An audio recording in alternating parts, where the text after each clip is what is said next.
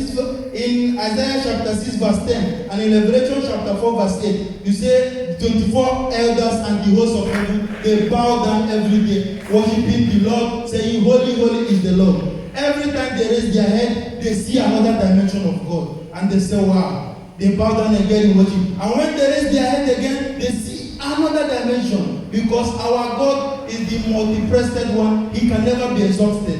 He is infinity. So they said, we can't know this God finish. So therefore, and we can't stop worshiping Him. Let us just continue worshiping Him forever and ever. And that was why we are there worshiping Him day and night forever and ever. So after Lucifer fell, because he became full of himself due to the knowledge he was one of a kind. He was the only cherub that was anointed. Among all the angels that have ever existed, it was only Lucifer that God single-handedly anointed. Why? For the purpose of worship. So that we will know how important it is for us to be a true worshiper to God. He invested so much in Lucifer. And Lucifer became very full of himself and said, now I have known so much. I am more than all the angels. Let me exalt my throne above the throne of God. I will ascend and be like the Most High. And immediately that happened, God said, O Lucifer, thou bright and morning star, how have this evil been found in thee? And what happened? God gave an instruction, and there was a war in heaven that Angel Michael and other angels fought against Lucifer, and he was dethroned. So what happened? When Lucifer fell, what did God do? God decided to bring a replacement to replace him. Guess who that replacement is? Man, me and you. God said, let me replace this evil, unappreciated being, this being that have decided to rebel against me. The Bible called him rebel because he rebelled against God, and God replaced him with man. And in the Garden of Eden, God placed a two dimension here, the tree of knowledge of good and bad, and the tree of life. Many of us, we are asking this question, that why didn't God remove that tree when he knows that man will one day take that tree and eat and fall short of the glory of God? The truth is that that tree of knowledge of good and bad was not really for man. That tree was created there for Lucifer particularly. It was through that tree that Lucifer uses to reach to God. That tree was a portal in which Lucifer uses, because the tree of knowledge, what is knowledge? Knowledge is light, and all the angels, they were made of light. So that tree is the means, the channel which Lucifer uses to reach God.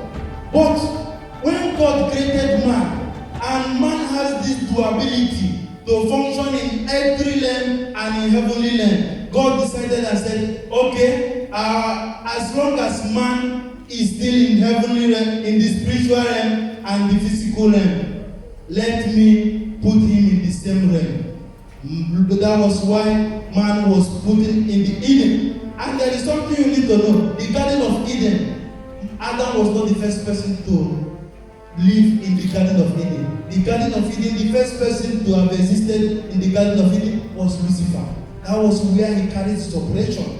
But when he fell, God now replaced him with man. And the channel which God created for man to use in reaching him was the tree of life, and not the tree of knowledge of good and bad. Because God does not want us to worship him, to commune with him with the true knowledge. Because God has seen that knowledge is so harmful to man. Knowledge is so harmful to his creation. It was knowledge that corrupted Lucifer and made Lucifer to fall short of his of glory of God. So God now said, let me create another channel, which is of life, the tree of life. And that tree of life was the tree God created. And he called Adam. He said, you can eat of every tree in this garden, but except one, which is the tree of knowledge and good. The tree of knowledge of good and evil. The tree is not a bad tree, just that the tree has so much knowledge in it that when you eat it, you will know good and bad. And God never wanted us to know anything that has to do with bad. That was why God decided to abolish that method of the tree of knowledge of good and bad, and he introduced us to the tree of life.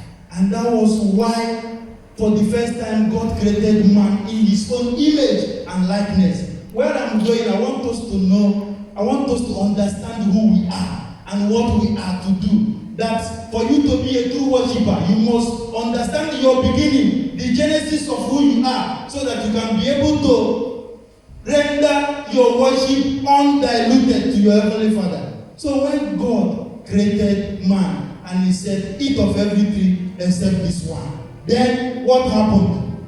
After Adam and Eve were in the garden, on the cool of the day, God always come down to worship, to fellowship with man, to the extent that even the angels were jealous of us. The angels said, God, what is man that thou art mindful of him? Or the son of man that thou, because they see that the way God deals with us is on another dimension, far from the way he deals with the angels. We were made just a little bit lower than God. And they said, how can this be? They were jealous. It was the jealousy of Lucifer that drove him to come to the garden and then ask Eve, did God say you should not eat of anything in this garden? Because Lucifer knew that God has already abolished that method of knowledge which brings corruption to man. And if you notice,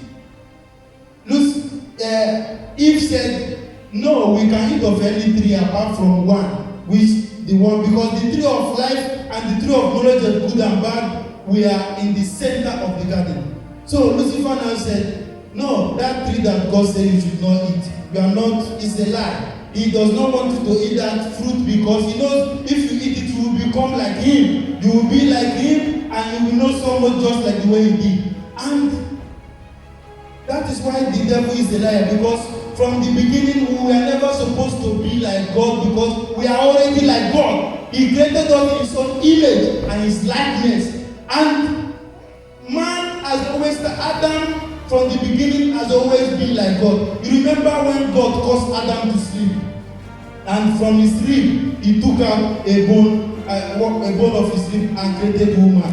What happened? When Adam woke up, he didn't go to sleep. It was his flesh that went to sleep. Man is a spirit being that lives inside the body. You might, even at night when we are sleeping, your spirit is very much awake. That is when your spirit is very much alive. It is only this body that gets shut down at night. What happened? When Adam woke up, he said, she shall be called woman, because she was taken out from man. So therefore, she shall be called woman. The person that God caused to sleep, how did he wake up and know what God did? Because in his spirit is totally connected to God. Every move that God takes, man senses it like a sensor. Anything that God do, as a man, you have to capture the dimension of God. You have to know that, yes, this is what God wants at this right of time. This is the burden in the shoulder of the Father. I am to take over this burden. I am to carry this burden for my Father. And that is where you become to see, you began to see yourself as a true worshiper. A true worshiper was created to connect to the Father, to capture every dimension, every move that the Father takes. He said in Psalm 69 verse 9, the zeal of my Father's house have consumed me.